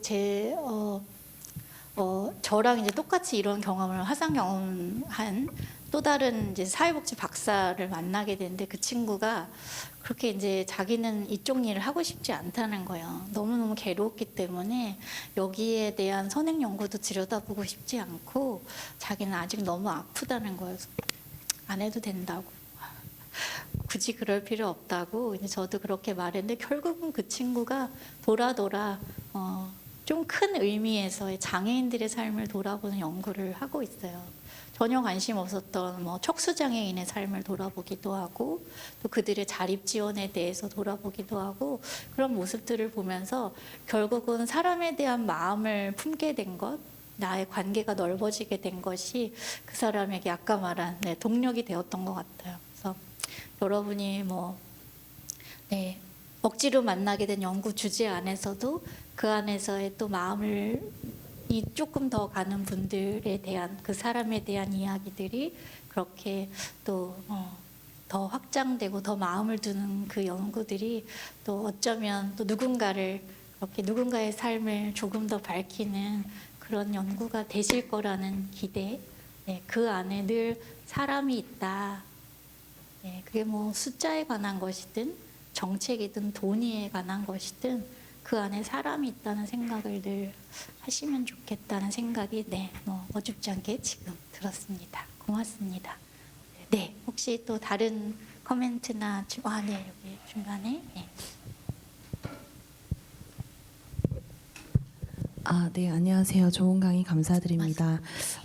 외상후 성장으로 지금 마음의 그릇이 굉장히 크신 분이라는 게 되게 많이 느껴졌어요. 그래서 큰 척 좀 했나요, 제가? 네, 그래서 이제 저도 일일비하지 않고 좀 마음이 그릇을 키우고 싶은데 혹시 이제 좋은 책도 많이 써주셨고 한데 혹시 이렇게 외상후에 성장하시면서 혹시 이렇게 마음을 두셨던 문장이라던가 뭐 책이라던가 그림 같은 게 있으셨는지 추천하실 만한 게 혹시 이게 계속 보면서 되새김질 할 수 있는 그런 무엇 요소가 있었는지 하나만 여쭤봐도 될까요? 네. 아까 그 소개한 빅터 프랭클 박사님의 죽음의 수용소도 저는 참 좋았고요. 좀 어렵긴 하지만 또 아주 오래전에 쓰여진 글이어서 근데 그런 글 그리고 또 저는 신앙이 있는 사람이라 또 성경 말씀이 또 참 많은 영향을 주었고 그리고 또 다른 아픈 사람들의 이야기들을 읽는 것이 저는 굉장히 또 도움이 많이 되었었던 것 같아요. 참 신기하게도 그게 내가 문장으로 표현해내지 못한 내 마음의 어떤 그 감정들을 누가 쓴 글들을 볼 때 그게 공감이 되면서 내 마음 맞아. 내가 잘 몰랐던 마음속 어딘가에 있었던 그 감정이 이거였어라고 대변이 되는 그때 참 좋았던 것 같아요. 그냥 지금 문득 떠오르는 건 일본의 미우라 야코님의 자전적인 그런 이야기들을 담은 글도 참 좋았었고 그런 것들이 떠오릅니다. 그리고 결국은 일상을 잘 살아가는 것이 저는 제일 큰 어쩌면 정말 중요한 길이라고 생각이 드는데요. 일상을 소중히 여기는 마음. 그래서 너무나 늘 반복적으로 하는 일, 먹고 마시고 일하고 사람들을 만나고 하는 그곳에서 아주 사소한 기쁨들을 찾아내는 것. 저는 어떤 책을 읽는 것만큼이나 중요한 일이 그 일이라고 생각이 돼요. 거기에서 의미를 발견하고 또 때로는 의미를 부여하고 해석해낼 수 있는 것. 그런 좀 훈련이 필요한 것 같고 그런 생각이 들어요. 그래서 그 죽음의 수용소에서도 나오는 이야기인데 그 수용소에서 살아남은 사람들의 특징들이 결코 그 어려운 시간에 정말 인간의 존엄성이라고는 어느 것도 어느 부분에서조차 이루어지지 않는 그곳에서 결국은 살아남은 사람들의 공동점을 보니 그 가운데서도 내가 인간됨을 잊지 않았던 사람들이라는 거예요. 유리조각이라도 주워서 덥수룩한 수염을 어떻게든 가꾸어냈었던 사람들, 정말 비인간적인 대접을 받으면서도 단테의 신곡을 한 문장을 잊지 않고 계속 되뇌었던 사람들, 내가 인간이라는 사실을, 인간됨을 잊지 않았던 사람들이 그때 그 시간들을 견딜 수 있었다고 이야기하더라고요. 그래서 네, 그런 것들에 대해서 그래, 나도 오늘을 그래서 잘 살아내자 그런 생각을 하게 되었고요. 그런 과정 중에 정말 여행처럼 어느 순간 내가 이만큼 떠나왔구나 하는 날이 오실 거라고 생각하고요. 그래서 지금의 마음들을 저는 또 기록해 놓는 것도 굉장히 좋은 일이라고 생각해요. 그래야 또 나중에 봤을 때 내가 그때보다 이만큼 또 성장했구나 하는 것들을 발견할 수 있거든요. 감사합니다. 좋은 질문 감사해요. 혹시 또 질문이나 코멘트? 네, 여기 앞에. 여기 먼저 계셨군요. 네, 안녕하세요. 일단은 좋은 강의 너무 감사드리고요. 제가 드릴 질문은 총 2가지인데 네. 첫 번째는 그냥 저 개인적으로 교수님의 MBTI가 궁금하고요. 네. 네, 두 번째로는 저희 한국 사회에서 살아가면서 이제 외적으로 평가받는 부분이 굉장히 많잖아요. 그래서 앞서 강의에서도 말씀해 주셨지만 그런 조금 불쾌한 발언이나 뭐 행동들을 겪었을 때 이제 뭐 교수님 입장에서는 좀 어떻게 내가 많이 상처받지 않는 선에서 이거를 잘 좀 마인드 컨트롤하고 네. 또 그 사람도 딱히 불쾌하지 않는 선에서 어떻게 하면 잘 대처할 수 있는지 이게 뭐 교수님의 네. 어떤 비법이 있으신지 궁금합니다. 네. 저의 MBTI는 MFP이고요. 네. 어쩔 때 I로 나올 때도 있고 E로 나올 때도 있고 왔다 갔다 하는 것 같아요. 네, 이게 뭐 자기가 좋아하는 성향에 대한 이제 설문이니까요. 네, 저는 좀 그렇게 자유분방하게 살아가는 거를 좋아하는 것 같고요. 네, 그렇습니다. 네, 그렇고 그런 불쾌한 반응들을 맞닥뜨릴 때 제가 막 저희 오빠는 막 째려봤다 그러더라고요. 그래서 막 째려보고 막 가서 막 싸우고 싶은 마음으로 부들부들 떨고 막 그랬었다는데 저도 처음에는 뭐 째려보기도 하고 PR 보기도 하고 그냥 못 본 척 하기도 하고 하도 제 옆에서 막 제 귀가 다 들리는데 모습이 이러니까 뭐 귀도 안 들린다는 생각을 하시는지 제 주변에서 막 자기들끼리 큰 소리로 막 떠드실 때 인사는 건네지 않으시는 그분들에게 제가 먼저 안녕하세요. 저 다 들리거든요. 약간 이런 식으로 네 안녕하세요. 막 이제 자기들끼리 얘가 어떻게 다쳤을까 막 떠드실 때 네 교통사고고요. 막 이렇게 이제 말을 걸기도 하고 막 호기심을 갖고 막 구경하는 초등학생들에게 만져봐도 괜찮아 뭐 이렇게 하기도 하고 네 뭐 그런 방식으로 이제 오히려 제가 좀 더 적극적으로 왜 사람이요 감추고 가리면 더 궁금해지거든요. 그래서 네, 그래서 조금 더 열어 보이는 거 좀 사실 좀 용기가 필요한 일이긴 한데, 네, 저는 좀 그렇게 반응했었던 것 같아요. 그리고 때로는 뭐 그렇게 하고 싶지 않을 때도 있고, 그런 힘이 나에게 없을 때도 있고, 너무 불쾌할 때도 있어요. 그리고 네, 있어요. 있는데 저는 그런 생각이 들더라고요. 얼마 전에 어디서 들은 얘기인데 누가 나한테 쓰레기를 줬어요. 근데 대부분의 사람들이 막 여기다가 깊숙이 넣어놓고 막 어쩌다가 냄새가 막 열어보고 냄새 막 이러고서는 계속 고이고이 간직하면서 인생에 내가 상처받았어 하고 그 쓰레기를 안고 살아간다는 거예요. 네, 너무 바보 같잖아요 사실. 쓰레기 막 냄새 나네 막 썩었다 막 이러면서 또 주머니에 넣어놓고 막 그렇게 살아가는 진짜 어리석은 일이라는 거예요. 그래서 제가 맞다 막 그런 생각을 하게 됐어요. 쓰레기를 받았으면 네 우리 다 그 쓰레기 또 쓰레기통에 버리잖아요. 쓰레기였구나 내 인생에 아무 도움이 안 되는 쓰레기 같은 경험을 했어. 버리면 되는 거예요. 근데 그 버리는 방식이 뭐 친구에게 수다를 떠는 거일 수도 있고요. 뭐 어느 밤에 치맥을 먹으면서 왜 하고서는 뭐 노래방에서 노래를 부르는 걸로 털 수 있으면 그 정도여도 참 좋겠고, 사랑하는 누군가와 내 이야기를 잘 들어주는 사람에게 그 이야기를 털어내버리면서 이렇게 쓰레기통에 버리는 일, 저는 그게 되게 건강한 반응이라는 생각이 들어요. 네. 고맙습니다. 네. 네, 아까 여기 손 드셨던 것 같아요. 네. 네, 안녕하세요. 저는 이게 슬라이드에는 나오진 않았지만 네. 그 책자 3쪽에 네네. 이게 딱 처음에 이 표지를 펼쳤을 때 이제 어머니하고 같이 찍은 사진을 제가 네네네. 봤었는데 네네.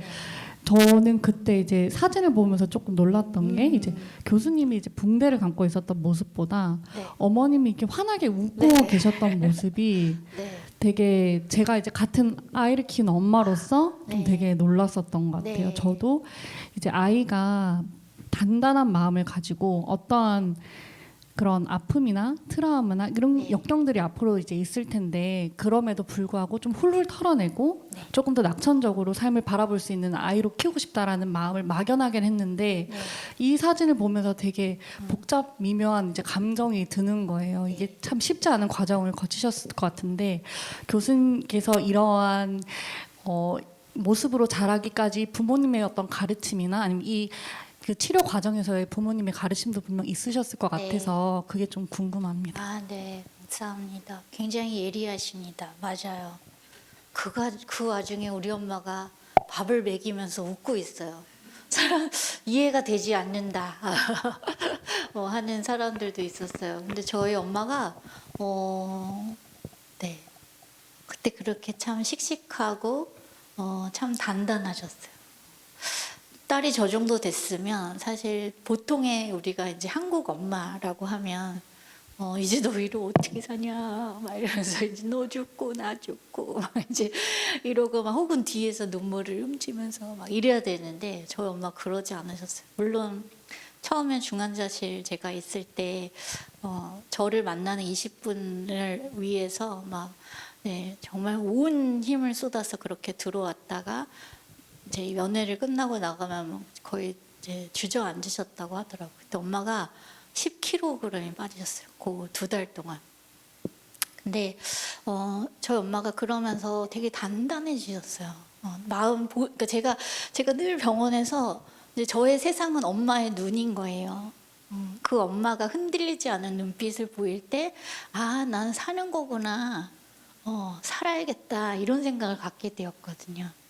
의사 선생님이 뭐라고 말하든 뭐 별소리 다 했죠. 뭐 별소리 다 들었어요. 근데 엄마가 괜찮다고 하는 거예요. 괜찮아.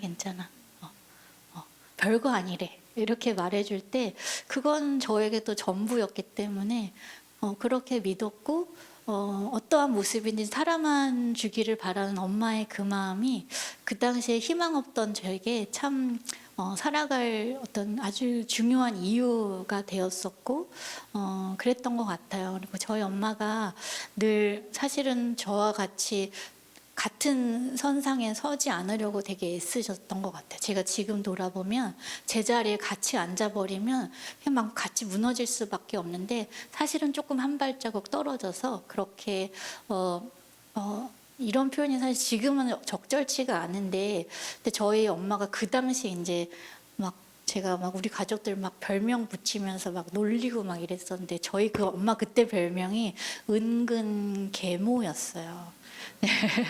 네. 그냥 뭐 감안하고 들어주세요. 네. 뭐 새엄마가 다 그렇다는 게 아니라 사실은 내 자식 어떻게 이렇게 막 애끓는 마음이 있었겠죠. 당연히 있었지만 그것을 표현하지 않고 내 친딸이 아닌 것처럼 이렇게 한 발자국 떨어져서 그렇게 평정심을 유지하려고 노력하셨던 그게 그래서 사실 저런 사람들이 그렇게 쳐다보는 저를 데리고 다니면서 백화점에서도 되게 좀 꽤 떨어져 걷고 막 이랬어요. 막 혼자 앞에 막 가시고 막 그랬었어요. 보통의 엄마라면 막 이렇게 막 가려주고 막 이럴 것 같잖아요. 얼마나 씩씩하셨는지 몰라요.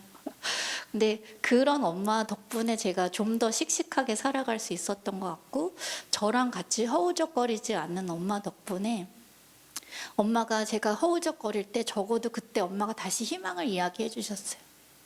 지나온 시간에 보면 고생하고 어려웠던 시간도 많았지만 다시 무릎을 세울 수 있었던 그 희망의 순간들을 저와 같이 지나온 엄마만이 알 수 있는 그 순간들을 엄마가 기억해내셨고 그 순간에 저에게 그것을 떠올릴 수 있도록 말해주셨어요. 그래서 제가 눈물을 다시 닦고 그래 희망이 있어 막 그랬었거든요. 그게 참 제가 지나오면서 정말 엄마 힘이 너무너무 컸고 칙칙한 엄마 덕에 제가 이 시간을 참 잘 지나왔구나 그런 생각이 들어요. 잔소리도 참 많이 하셨더라고요. 제가 요번에 유퀴즈 나가면서 인간극장 이제 그 VHS 비디오를 제가 이제 디지털로 바꿔놓은 거를 열어보지도 않고 있다가 이제 퀴즈 나가기 한 2주 전쯤에 열어봤거든요. 너무 재밌더라고요. 근데 제가 그 보면서 새롭게 느낀 게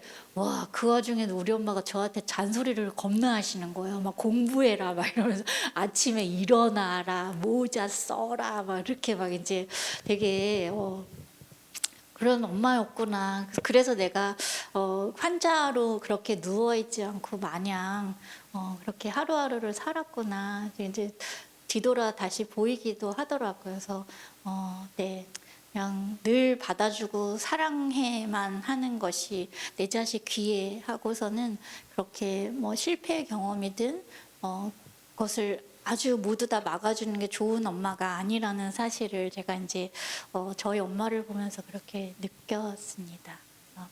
네, 그렇습니다. 네, 네, 네 여기 선생님. 네. 오늘 교수님 강연 너무너무 감사드리고요. 지금 같이 앞으로도 계속 좋은 그 우리 사회의 선한 영향력을 오랫동안 이렇게 끼치는 좋은 훌륭한 분이 되시기를 바라면서 감사합니다. 그러기 위해서는 이제 건강해야 되잖아요. 네. 그래서 제가 궁금한 거는 교수님이 아마 이제 나름의 또 건강 관리를 또 잘 하고 계실 것 같은데 혹시 이제 그런 사고가 없었던 사람들에 비해서 좀 더 네. 건강에 좀 더 신경을 써야 되는 그런 게가 뭐가 있는지 네. 좀뭐 면역 체계라든지 예를 들어서 그 특별히 더 좀 관심을 가지고 네. 이렇게 노력하고 있는 부분이 계시는지 잘 건강 잘 챙기셔서 네. 좋은 글, 좋은 강연 오랫동안 부탁드립니다. 감사합니다. 고맙습니다. 네, 제가 뭐 내부 장기는 다 너무너무 건강하고요. 소화도 잘 시키고 잠도 잘 자고. 근데 이제 나이가 이제 40대 중반을 넘어가면서 이제는 뭐 다른 건강도 좀 챙겨야겠다는 생각에 네, 이제 막 영양제도 이제 막 잘 주워 먹고 있고요. 네, 근데 맞아요. 운동을 해야 된다 생각을 늘 갖고 있는데. 제가 운동을 썩 좋아하지 않아서 늘 그 운동이 저에게 큰 숙제예요. 그래서 저희 집 앞에 이제 필라테스 학원이 열었길래 저기를 전화를 해야겠다 하고 사진을 찍어 놓은 게 이제 한 6개월이 되어 가네요. 이번 주에 꼭 전화를 해야겠네요. 내일 토요일인가요? 네, 오늘 이따 끝나고 전화를 하겠습니다. 네, 건강하게 살아야 됩니다. 감사합니다. 신경 써주셔서 감사합니다. 네. 네, 맨 뒤에. 네. 네, 교수님 귀한 강연 감사합니다.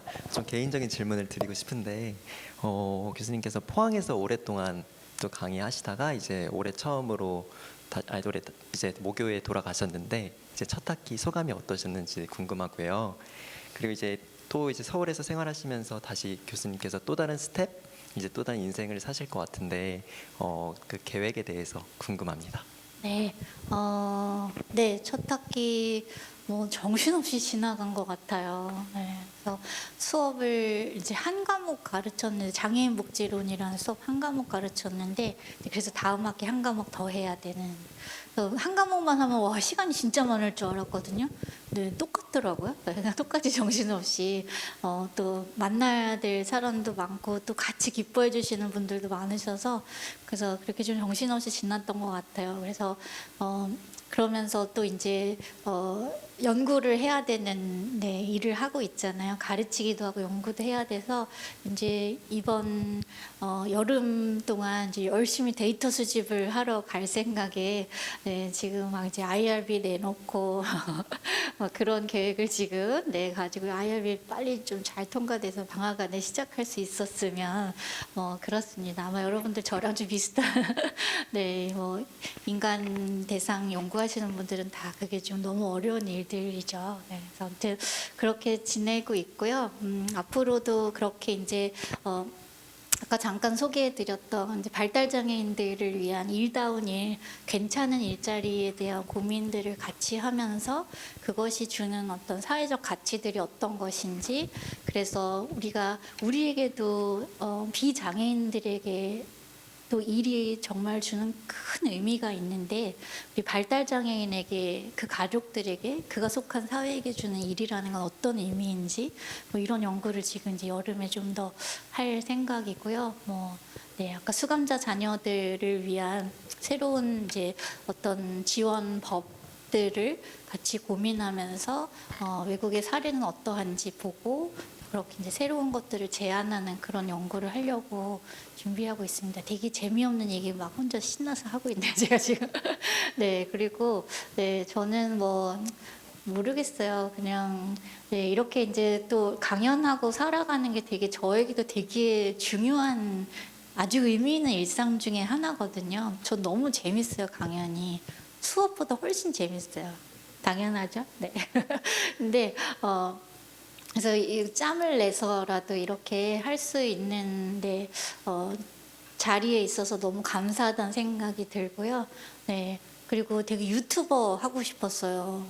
요새 막 전 국민의 유튜버가 되고 싶다고 하는데 그 중에 저도 포함이 돼서 근데 제대로 시작은 못하고 막 상상하는 것만으로도 되게 재미있어 하는 스타일이거든요. 그래서 그런 잔 재미를 누리면서 저는 그렇게 앞으로도 그렇게 살 것 같고요.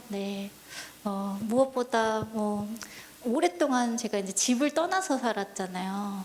이제 미국 유학 간 게 2004년이었으니까 그렇게 이제 계속 미국에 있다가 포항 가서 6년을 살다가 이제 오랜만에 집에 이제 정착해서 주소지를 이제 드디어 부모님이 사시는 문간방에 이제 두고 살아가는 게 너무 근데 물론 집을 떠나야 되는 나이는 많이 지났지만 그 긴 시간 동안 오래 떠나 있어서 그런지 저는 지금 이 나이에도 또 집으로 돌아온 게 너무 좋기도 하고요. 그래서 부모님과 3인 1조로 평화롭게 잘 지내야겠다. 오늘 같이 내려오셨는데 겁나 싸우면서 내려왔거든요, 셋이서 지금. 그래서 평화롭게 이 시간을 잘 보내야겠다. 이런 마음의 다짐을 하게 됩니다. 고맙습니다. 질문 주셔서. 또 여기.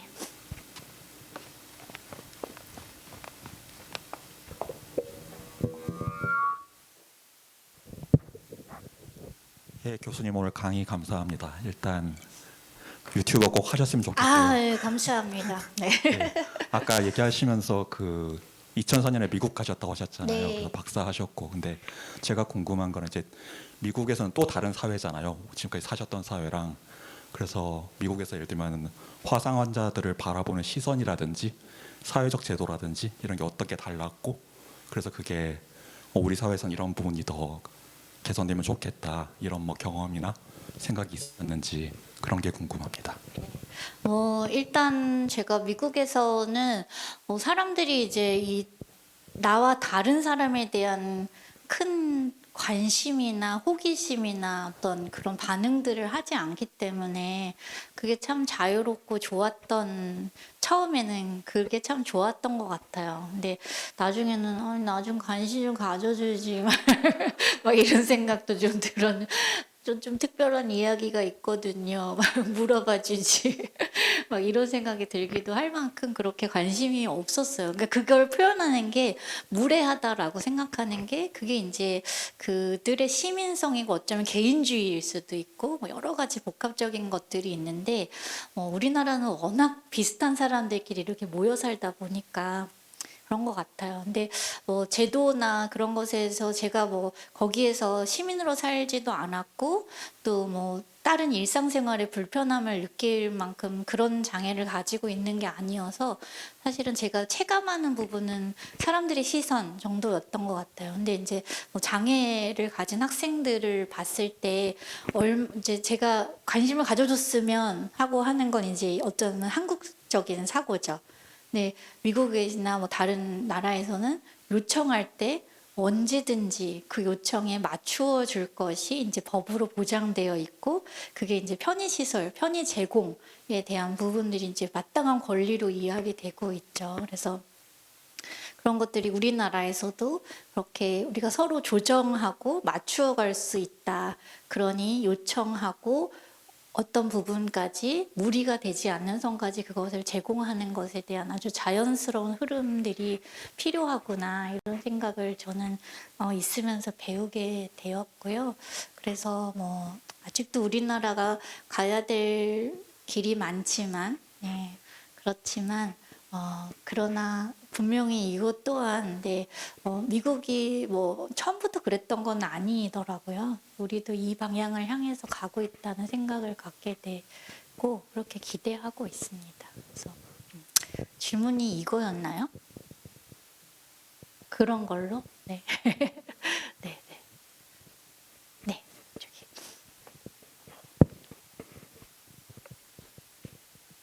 안녕하세요, 교수님. 강연 감사드리고요. 제가 궁금한 점은 교수님께서 이제 모교에서 교수로서 강의를 하고 계신데 학교의 선배로서 또 교수로서 학생들이 어떠한 역량을 좀 함양했으면 좋겠는지 네, 그게 궁금합니다. 거의 막 이게 면접 때 묻는 그런 질문을 받았습니다.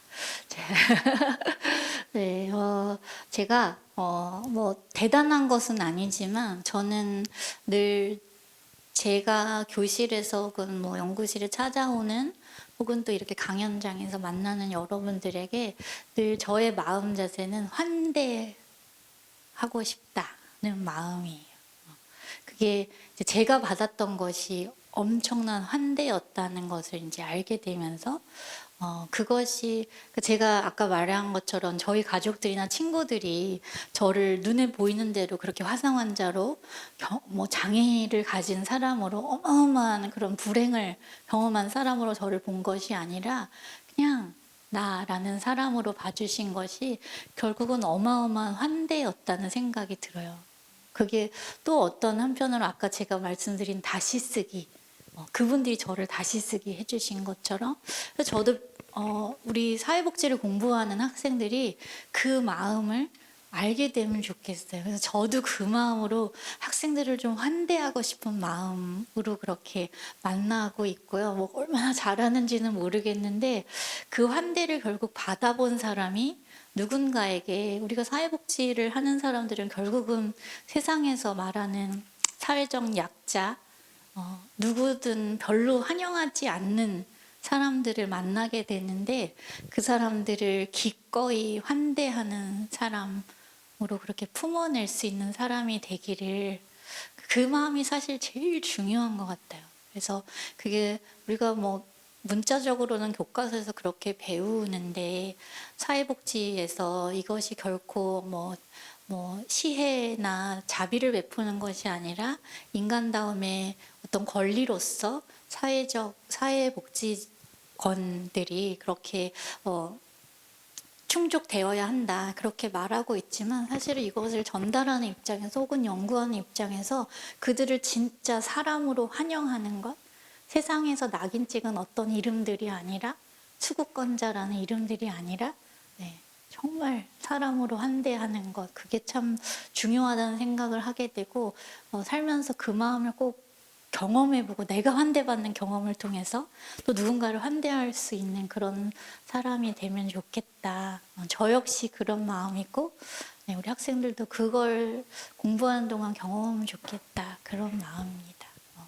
말은 거창한데 쉽지는 않습니다. 사실. 네. 역시 뭐 질문들의 수준이라고 말해도 되는지 모르겠는데 어마어마하십니다, 여러분. 네.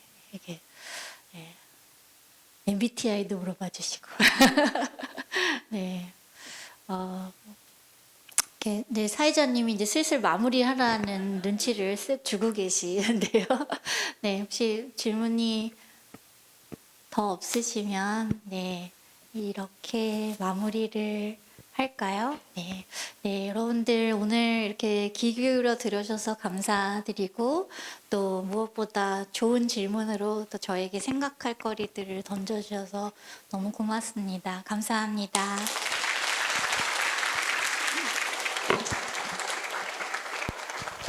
네, 바쁘신 와중에도 서울에서 세종까지 먼 길을 와주신 이지선 교수님께 다시 한번 큰 박수 부탁드립니다. 1과 3의 균형을 위한 특별교육에 참석해주신 국책연구기관 임직원분들께 진심으로 감사드리며 이상으로 오늘 교육을 마치도록 하겠습니다. 질의를 하신 수강생분들께는 이지선 교수님의 저서 꽤 괜찮은 해피엔딩을 드릴 예정이오니 앞으로 나오셔서 선물을 받아가시기 바랍니다. 그럼 감사합니다.